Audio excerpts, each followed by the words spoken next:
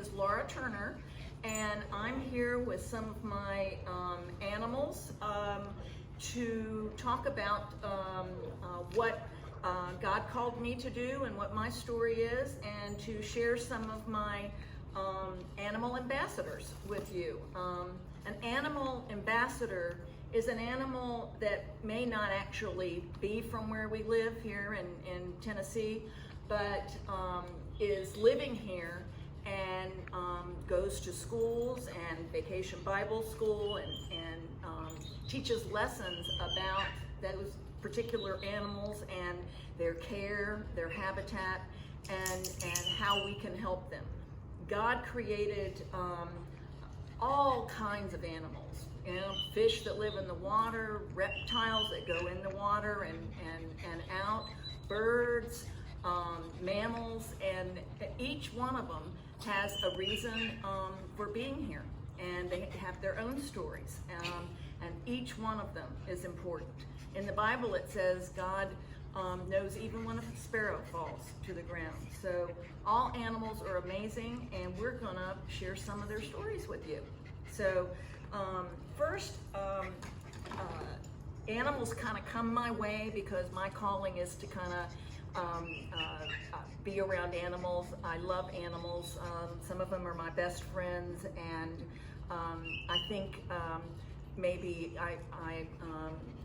one of my best people in the world that lived here was St. Francis. I've always loved him. So, and he loved animals, and so he also thought that God is everywhere, and he believed that we are all brothers and sisters, and that's kind of how I feel about animals. These are baby slider turtles. All three of these babies were found in a road. Some of the unlucky ones were hit by cars, and luckily a neighbor friend of mine found these crossing the road, and you can see how tiny they are and how somebody couldn't see them, and they could actually, you can put up, they're water turtles, and they were trying to get to water. So my friend, this one was actually very dehydrated and almost basically, had to immediately be hydrated in order to make it and stuff.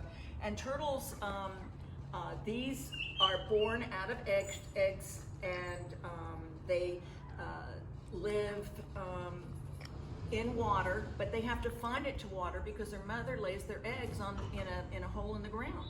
So it's pretty treacherous for them, and there's a lot of predators. Birds eat them, all sorts of animals eat them.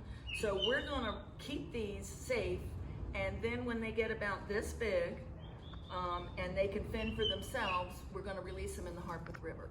So they are staying with us temporarily so that they can grow up and ultimately hang out at the Harpeth River. Each animal needs a special diet, and it's important for caregivers to know that. This is a pelleted food that has all the nutrition that they need. Also, they need aquatic plants to hang out with, so you try to make their habitat as much like it would be out in nature. Alrighty, in this cage, I brought two different kinds of hens, and they actually come from different parts of the world. The guinea hen, which is the one that is kind of gray with the white dots all over her, comes from Africa, and they're one of the oldest birds, and they actually travel behind the herd animals in Africa, the zebras and the gazelles, and they eat the flies and the ticks and the fleas and all of the insect stuffs that hang out on those herd animals, and that's how they move through Africa. They they have a very shrill voice. A lot of people want to keep them here in Tennessee because they gobble up ticks, which people like. But the interesting thing about them is they do not stay where the coop is.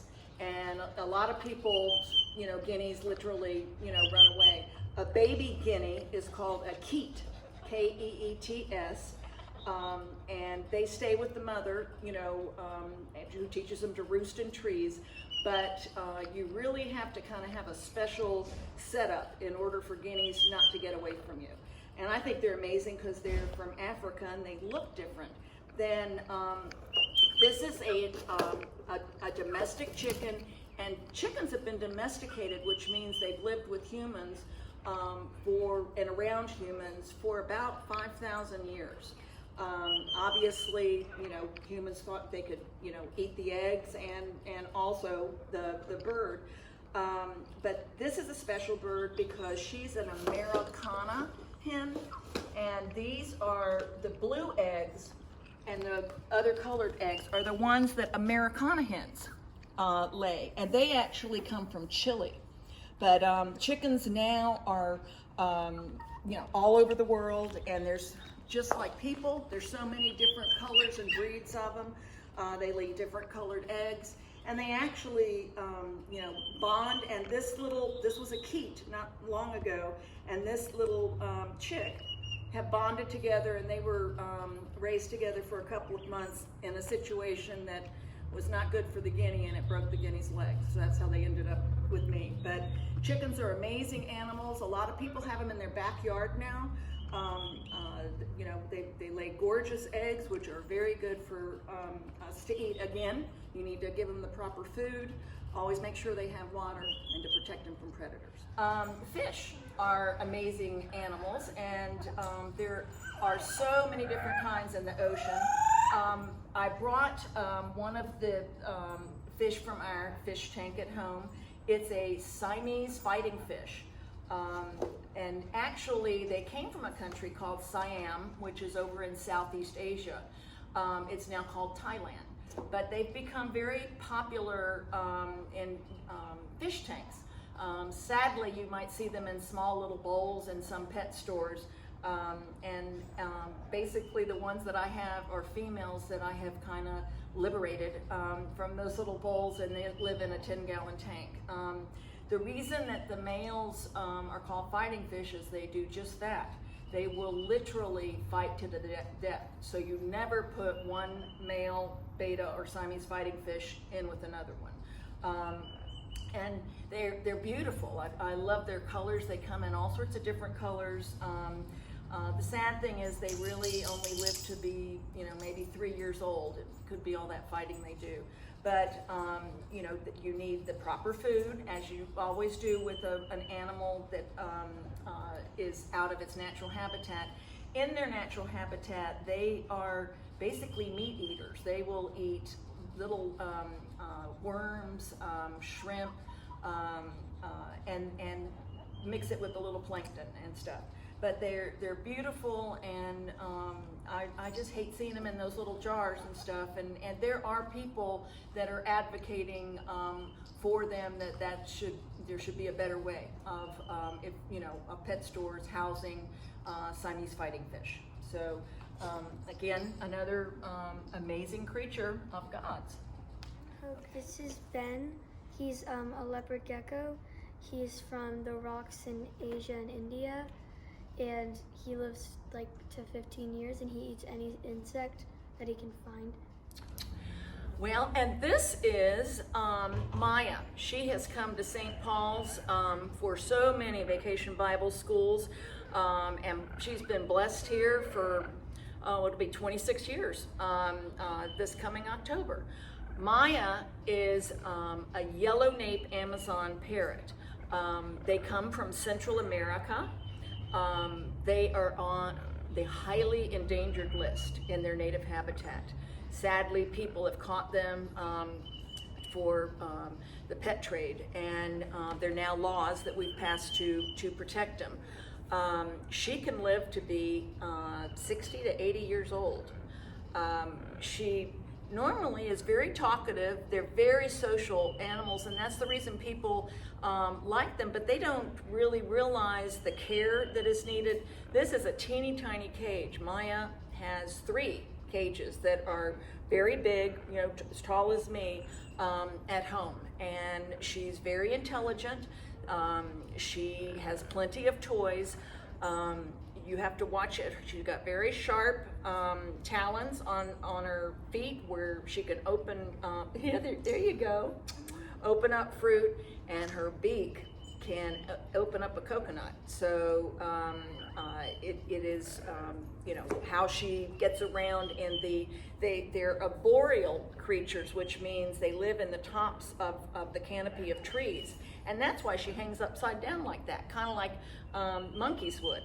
And she also is what's called an exotic animal because she doesn't live in Tennessee. She wouldn't really blend in with the birds that we have here in Tennessee. Again, she's an amazing animal that God created, and I think I love her dearly. I've had her since she was a little bitty baby that fit into my hand, and she will be 38 years old this year.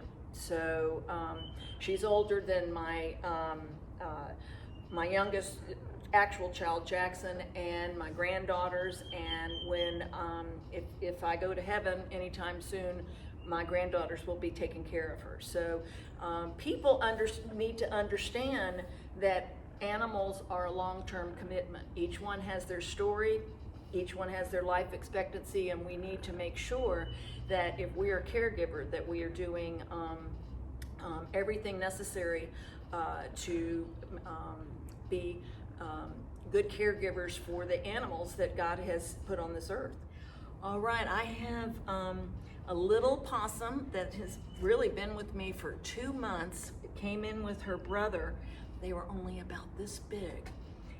They were being chased by a cat in a storm, and they fell off of their mama's back. Possums are fascinating to me, and I have helped raise quite a few of them because they do have a tendency to fall off their mama's back, and as she's, you know, carrying them in their pouch. Possums are one of the very interesting creatures here in America, and this is the only marsupial, and she loves bananas. That's what she's eating now, and they scrounge around for insects, any type of, they're native to America, and any type of, you know, berries that have dropped to the ground, insects. They eat lots and lots of ticks. So just like the guinea hen, you know, they help keep the insect population down. She's actually is a little female, and you can tell, I showed my granddaughters, Ella and Hope, they have a little U on their underside where you can see where their pouch is gonna form. Again, sadly, kind of like the betta fish, possums, I've had them live up to like 5 years in captivity, but their life expectancy is usually 3 years. But they, I think, are very amazing animals, and they serve a purpose. You know, they're God's cleanup crew on the road, and that's unfortunately how they can get hit, you know, but if people knew how many ticks they eat as they're moving slowly through people's yards, I think they just like let them be and be thankful. So her brother is significantly larger than her and is already in an outside cage, and she will be going to join him soon, and they will acclimate to the outside before I release them. Yeah. My granddaughters wanted us to keep her because she was so sweet when she was tiny, but she's starting to open her mouth and do the possum type things. So she will adapt well on the outside. So again, if you see animals and you know, that need help or whatever, you need to have a grown-up make a phone call to a wildlife rehabber or somebody who knows how to properly take care of them. But our native wildlife are very important in Tennessee, and we need to respect them. Okay, well, we have my granddaughters and my daughter's family's dog. And what's your name, Frankie? Is it Frankie for Franklin, Tennessee? Could that be? Yes, could that be? Yeah, he's a pug mix, and he loves treats. Do you love treats? Yes, I do. He was found by a friend of theirs about 3 weeks old, on the side of the road in an alley. And their friend raised him for a while but couldn't keep him. So just kind of like what happens to me sometimes, they ended up taking in Frankie, yeah, who loves to eat. And Frankie, he loves Ella, sleeps on Ella's bed, yeah. and they also have another rescued dog, Nora, who came from East Nashville. And she was so bad that she had a collar embedded in her. It was a harness. A harness. Into her, like. Into her, yeah. So She had surgery look for at that. you, Frankie. Yeah, you love to shine. I've always said, and I do think it's true, that if you, dogs are man's best friend, and if you spell dog backwards, it spells God. And I think that God created dogs for lots of different things, but one of them is to teach us unconditional love. And that's exactly what dogs do, and why they're called man's best friend. And again, just like people, there's so many kinds of dogs, so many colors of dogs, so many sizes of dogs, and each one is unique. And each one has a story. And Frankie and Ella just told his, yes, okay. Well, last but not least, I brought some baby turkeys, which are actually called poults. And these babies were hatched out of their eggs June 9th. And we got them when they were 3 days old. So they were so tiny they fit into our palm of our hands. And turkeys, unlike regular chickens, stay with their mother for a whole year and go around and gobble up everything. Because by this winter, the turkeys are going to be sitting like a size of a dog or a cat in my lap. These, we don't know if they're boys or girls yet. They're hens if they are a girl, and until they're a year old, boys are called jakes, and the bigger ones are called, when they get older, are called gobblers. And turkeys actually were almost driven to extinction in the 1960s, about 50 years ago, from overhunting. And they have made an excellent comeback. I love them. I actually, for 30 years now, have been taking my different turkeys into schools to talk interesting turkey facts and stuff. By November, these will know if these are boys or girls and stuff. And I have, had some amazing turkeys. Beautiful, our oldest female, she went to so many schools and was petted by thousands of school children. They love shiny things. Yes, yes you do. Their ears are right behind their eyes. It's okay. And they actually can fly up to trees to roost at night. And if pushed to it, when they're full grown, they can fly up to 55 miles an hour to get away from predators or to find new sources of food. We're very lucky in Franklin, Tennessee, and in around Tennessee to have a lot of turkeys out in the wild. You can see them out in Gentry Farm, gobbling up things.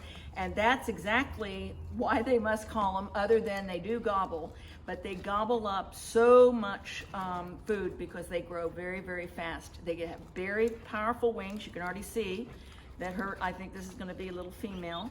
Her wings are coming out, and her down is filling in. And I just love turkeys and can't say enough nice things about them. I think that their story is amazing, and I am very thankful God created them.